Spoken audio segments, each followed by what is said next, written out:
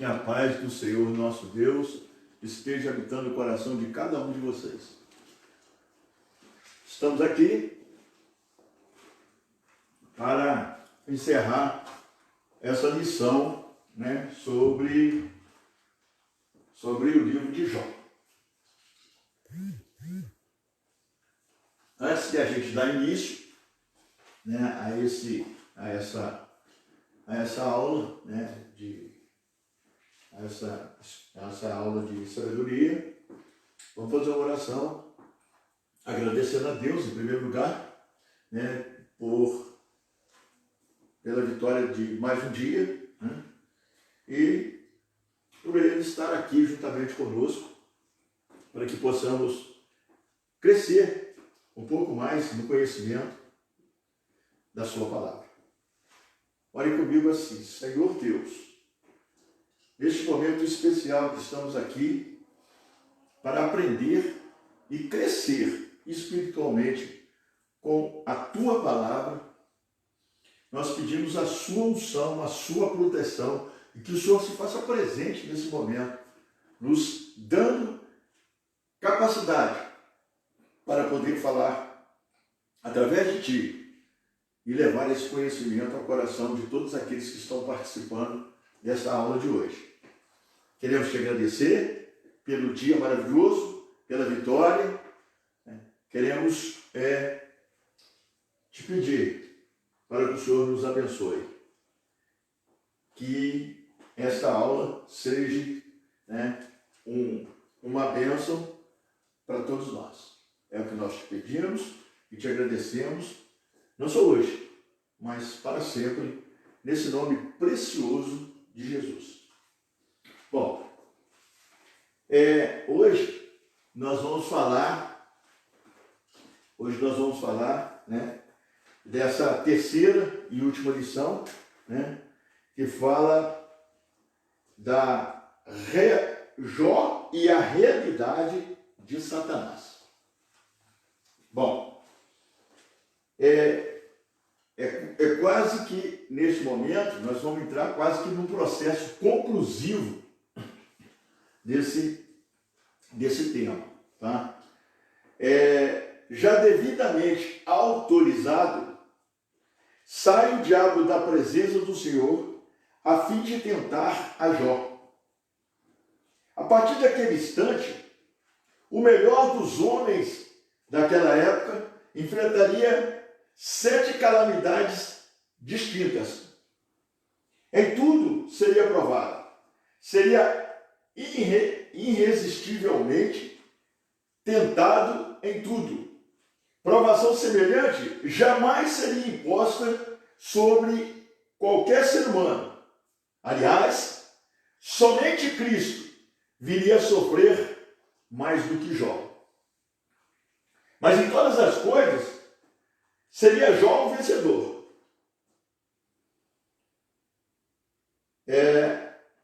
Está você no que só? Tempestades já se mostraram no horizonte da sua vida? Não se desespere. Deus está no controle de tudo. Ainda que Satanás pense estar levando alguma vantagem sobre a nossa vida, achamos-nos escondidos em Cristo Jesus, nosso Senhor. Isso é muito interessante, esse pedacinho inicial que fala, se você já passou por alguma tribulação, em que você tenha se sentido desprotegido, que você tenha se sentido só. Esse momento, ele só existe para aquele que não tem no coração uma fé à altura necessária para que isso não aconteça. O que aconteceu na vida de Jó. Ele passou por momentos difíceis, mas a fé dele jamais deixou que ele acreditasse que aquilo ia passar.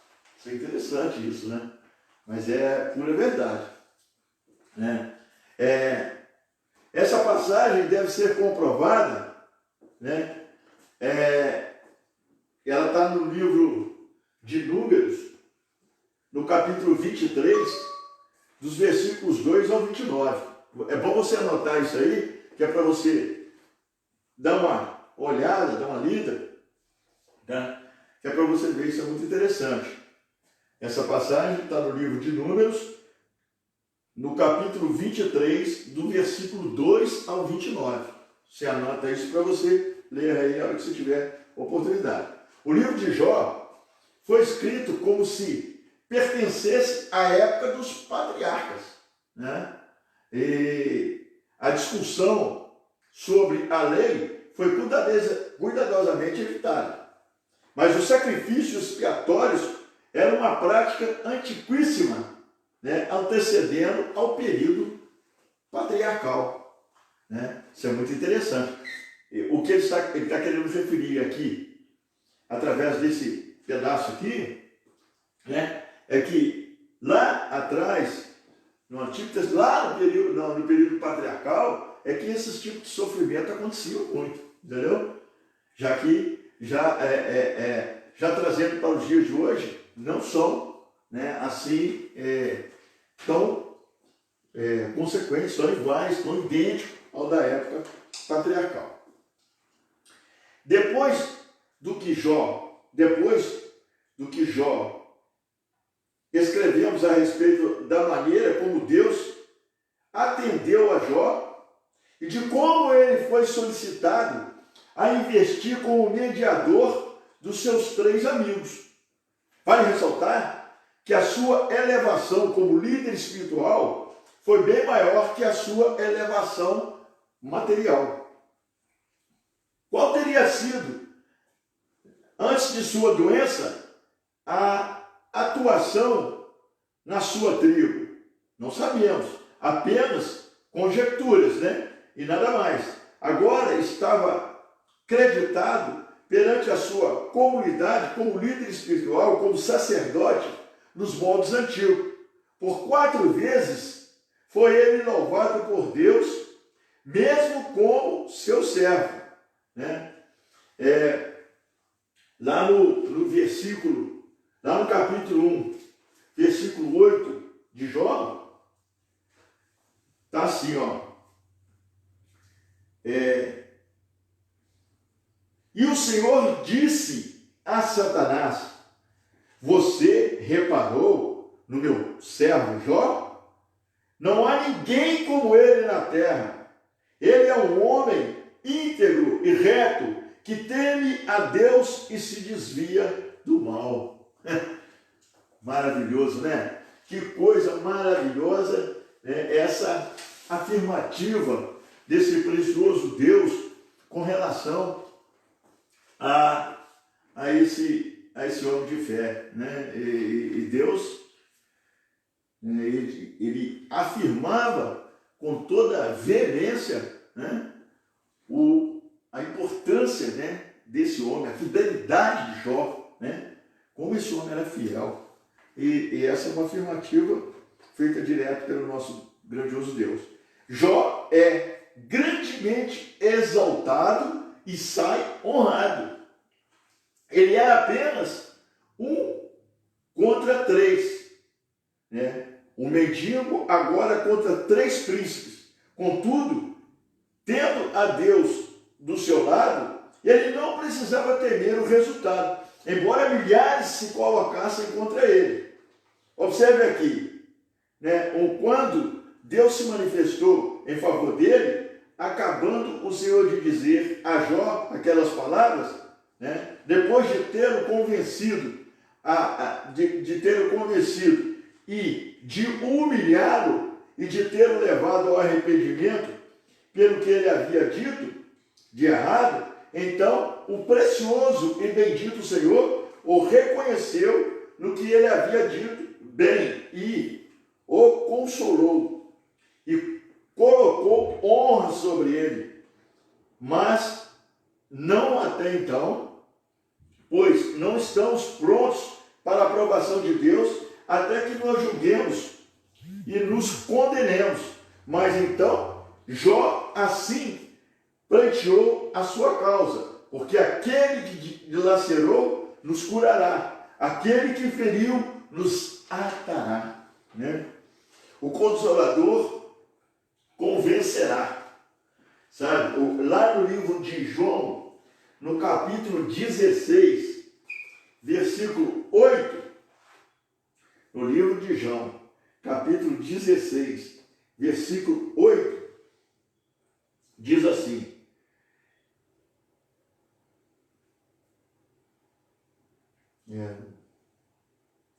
quando ele vier, convencerá o mundo do pecado, da justiça e do juízo.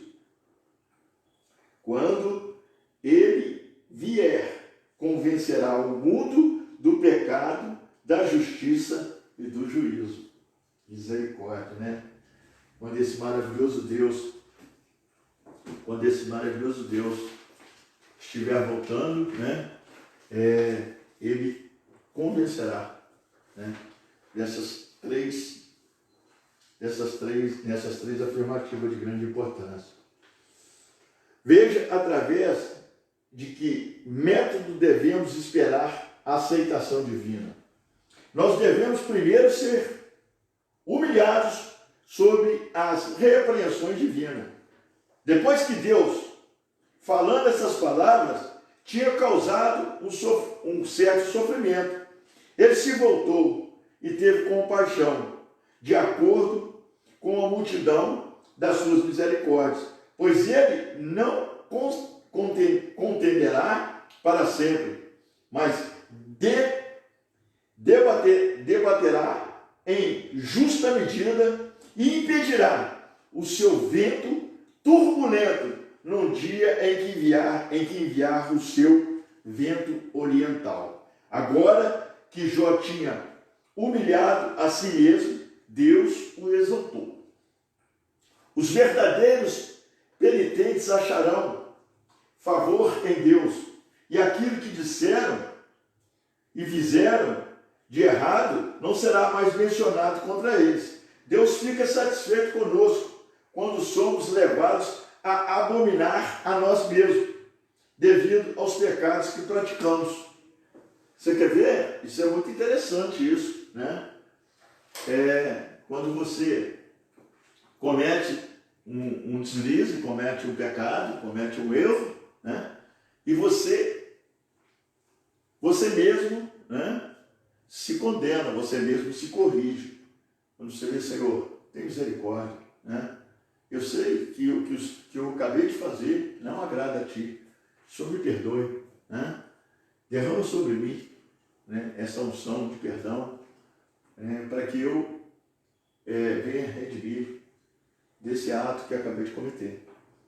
A gente tem hora que nós, como cristãos, que a gente conhece, que a gente, como somos conhecedores da palavra, né, que nós tememos a Deus, temos temor, né, no coração, que a gente tem fé naquilo que nós professamos, nós mesmos, né, pedimos perdão a este maravilhoso Deus.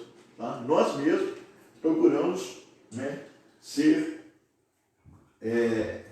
perdoado, né, e é uma prática daquele que sabe o que fez de errado. Como Deus se manifestou a Jó e tido como certos que todas as ofensas de Jó são perdoadas, porque se ele for dignificado como entendemos que é aqui, sem dúvida será justificado. Jó havia às vezes afirmado com grande segurança que Deus o livraria no final e que ele não seria envergonhado em relação à sua esperança. Deus se refere a ele por diversas vezes como o seu servo Jó. Sim, 4 vezes em 2 versículos. E ele parece sentir prazer em chamá-lo assim, né? Estagnação nem há. Em nenhum ponto da história, um sistema sem defeitos, erros e inadequações, né?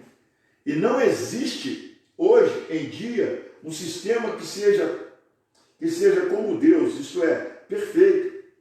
Ter como perfeição qualquer outra coisa além de Deus, é criar um ídolo. Não existe, né, perfeição maior do que esse Deus. Não existe. Aquilo que você quiser, o homem em si, né, quiser criar, né, acima disso, ele está criando um ídolo. Não, algo para adorar, porque perfeito só Deus. Não existe nada mais perfeito. Não, perfeito só Deus. Ele fala, conforme Jó predissera, as coisas não correram bem para os seus 3 amigos. Quer ver? Eu vou ler para vocês verem, lá no livro de Jó, capítulo 13, os versículos do 7 ao 9. Capítulo 13, dos versículos do 7 ao 9. Jó 13, do versículo 7 ao 9. Está lá assim: será que vão dizer perversidades em favor de Deus? Vão dizer mentiras a favor dele? Serão parciais por ele? Argumentarão a favor de Deus? Por acaso seria bom se ele os examinasse? Ou vocês zombariam dele como zombam das pessoas? Veja bem, são uma série de perguntas capciosas que realmente levam você, né, a ter certeza absoluta, né, daquilo que realmente é verdadeiro no seu coração. Então, a gente precisa, com toda certeza, né, exaltar, né, glorificar esse maravilhoso Deus sem nenhuma dúvida, né, com toda a pureza e sinceridade do nosso coração. Ele fala lá, eles pensavam conhecer os caminhos de Deus, mas não esperavam, né, pelo que presenciaram. As palavras, meu servo Jó, ditas por Deus por 4 vezes em Jó 42, versículos 7 e 8, apontam para a sua posição restaurada de servo obediente e para a confiança do Senhor. Quanto ao que sabemos sobre os 3 consoladores, né, ver as notas expositivas em Jó, capítulo 2, versículo antes. Jó, capítulo 2, versículo 11. Provavelmente, Elifaz era o mais idoso e sábio dos 3, pelo que foi escolhido como instrumento que receberia a mensagem da repreensão divina. Eliú não é mencionado no epílogo e nem no prólogo, né? Os críticos veem nisso uma evidência de que seus discursos foram adicionados a um livro truncado para preencher espaço e não faziam parte do plano do autor original. Ver essa ideia na introdução do capítulo 32. Os estudiosos conservadores supõem que os discursos de Eliú tinham sido essencialmente puros e irrepreensíveis. Contra isso, podemos observar que ele repetiu os argumentos dos 3 amigos de Jó, embora tivesse contribuído muito mais para a discussão do que eles. Vê no fim do capítulo 37 o gráfico que ilustra as suas contribuições. Tomai, pois, 7 novilhos e 7 carneiros, isto para evitar que fossem severamente punidos. Por causa da insensatez, eles praticariam, né, de um sacrifício apropriado. 2, orações medianeiras de Jó, que devem ter sido muito amargas, sem falar no elemento surpresa contido nelas. Eles apresentaram mal a verdade, pois não falaram em favor de Deus, e perseguiram Jó com falsas acusações. Nem uma única vez aqueles homens miseráveis oraram por Jó. Porém, o homem que perseguido seria generoso e oraria por eles. Irados, eles procuraram ferir Jó e reivindicaram estar servindo a Deus, algo tão comum entre os perseguidores nos círculos religiosos. A arrogância sempre se faz presente nesses casos. Jó tinha anelado por um mediador entre si mesmo e Deus, visto que seus 3 compatriotas não intercederam por ele. Ironicamente, entretanto, ele mesmo se tornou o mediador em favor deles, embora eles não tivessem pedido nenhum mediador. Oferecer holocaustos, onde vemos Jó fazendo tais sacrifícios em prol de seus filhos. Jó mostra em Jó 1, versículo 2, mostra que Jó tinha 7 filhos, sendo provável, pois, que ele oferecesse 7 sacrifícios. Contudo, não parece haver coisa alguma de especial quanto ao número. Provavelmente, por pura coincidência o número de 7 animais em Jó, capítulo 1, versículo 5. Bem como no presente versículo, o número 7 representa um sacrifício completo ou total, né? Essa afirmativa, né, de que esses 7 sacrifícios, eles realmente aconteceram, né? Mas Jó fez isso. Existe uma suposição de quem escreveu, né, do autor do livro de Jó, de que esses 7 foi pura coincidência. Ele não fez 7 sacrifícios, né, obedecendo ao número dos 7 filhos que ele tinha. Bom, aqui, hoje, a gente encerra, né, essa parte do livro de Jó, né? Eu espero que, dentro de tudo aquilo que foi falado sobre o livro de Jó, que vocês tenham aprendido bastante, né, o que é um homem de fé. O que nós não encontramos, sem sombra de dúvida alguma, né, é um homem com 50% da fé de Jó. Jó era um homem que, um exemplo, né, quando Deus fez esses elogios a Jó, ele não fez, né, por motivos meros, supérfluos, não. Deus, quando afirmou que Jó era o servo fiel, né, porque ele tinha certeza absoluta tudo aquilo que Jó trazia no coração. Então, tudo aquilo que Jó passou, né, durante todo esse período, né, em que ele foi provado, em que Satanás tentou, né, fazer com que Deus perdesse para ele, né, nessa afirmativa, foi estritamente, totalmente real. Jó sofreu isso tudo. Jó foi as últimas consequências para conseguir provar, né, para Deus, provar para Satanás que ele não tinha força nenhuma com relação a esse Deus maravilhoso que nós servimos.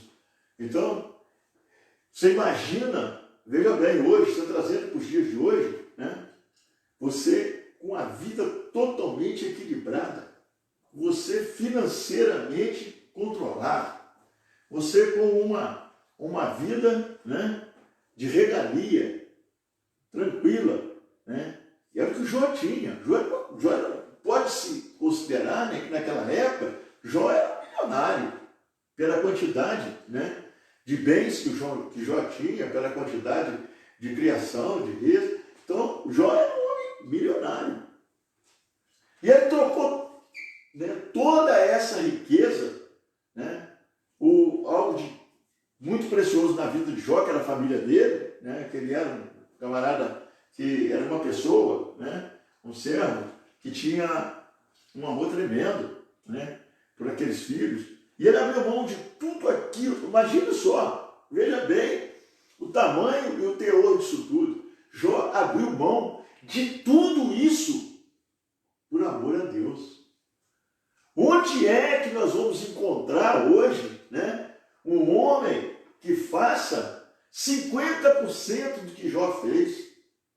Um exemplo de como Deus, né, como Deus retribuiu, né, repôs tudo aquilo que ele perdeu com a maior satisfação, né? Foi um presente que Deus, nossa, eu acredito que tenha sido um dos presentes, né, dado de bom grado, de amor, né, que Deus deu.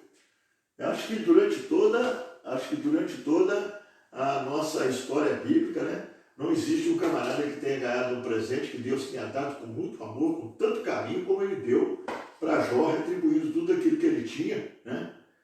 Porque a fidelidade de Jó, né, deu uma derrubada, né, de uma vez por toda em Satanás.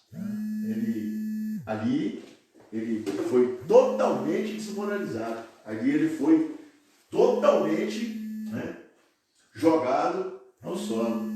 E ali Deus mostrou para ele, né, que ele para mim, né, a prova de fidelidade, a prova de amor e a prova de fé na Bíblia não tem maior do que a história de Jó.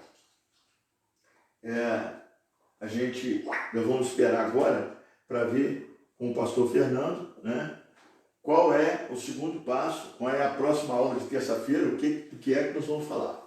A gente quer, de antemão, agradecer a todos vocês que estiveram juntamente conosco, né? A nossa intenção com a Escola de Sabedoria é levar um pouco de conhecimento, é tentar abrir, né, o coração de todas as pessoas que participam da importância, né, da importância da nossa Bíblia, da importância de tudo aquilo que está registrado nesse livro. É fazer você conhecer, é fazer você entender, né, que os livros da Bíblia são importantes, que você tenha conhecimento deles. E através dessa escola de sabedoria, né, a gente vai abrir o seu coração para entendimento de cada livro. Eu não sei agora onde é que o pastor Fernando vai começar essa nova aula de terça-feira, ou se ele vai ter mais alguma coisa para falar nesse livro de Jó, né? E aí a gente vai conversar com ele durante a semana. Eu quero, mais uma vez, né, internar os nossos agradecimentos por essa aula, né, e espero que você tenha gostado, esteja gostando, né, da nossa escola de sabedoria, com a intenção de fazer com que você cresça no conhecimento, né, que você cresça espiritualmente. Se você tiver alguma opinião, a gente cresce, né, na união, a gente cresce, né, no conjunto.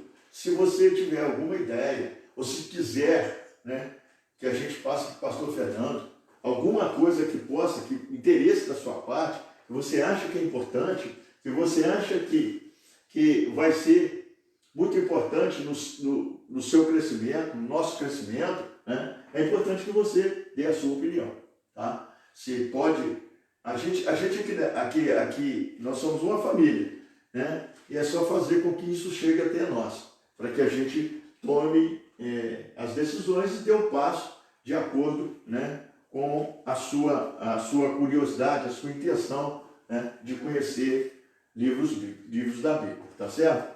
Muito obrigado. Eu quero orar, né, pedindo a Deus para nos abençoar em mais esta noite, né, e que Ele se faça presente na nossa vida no dia de amanhã, para que a gente possa vencer mais uma etapa. Grandioso e maravilhoso Deus, nós queremos te agradecer por mais esta aula, por mais esse entendimento, por mais esse conhecimento, né, por mais esse aperfeiçoamento que nós adquirimos ao longo de mais esta aula, ao longo de mais esse período em que o Senhor nos autorizou falar em seu nome. Que o Senhor, meu Deus, nos dê uma noite abençoada.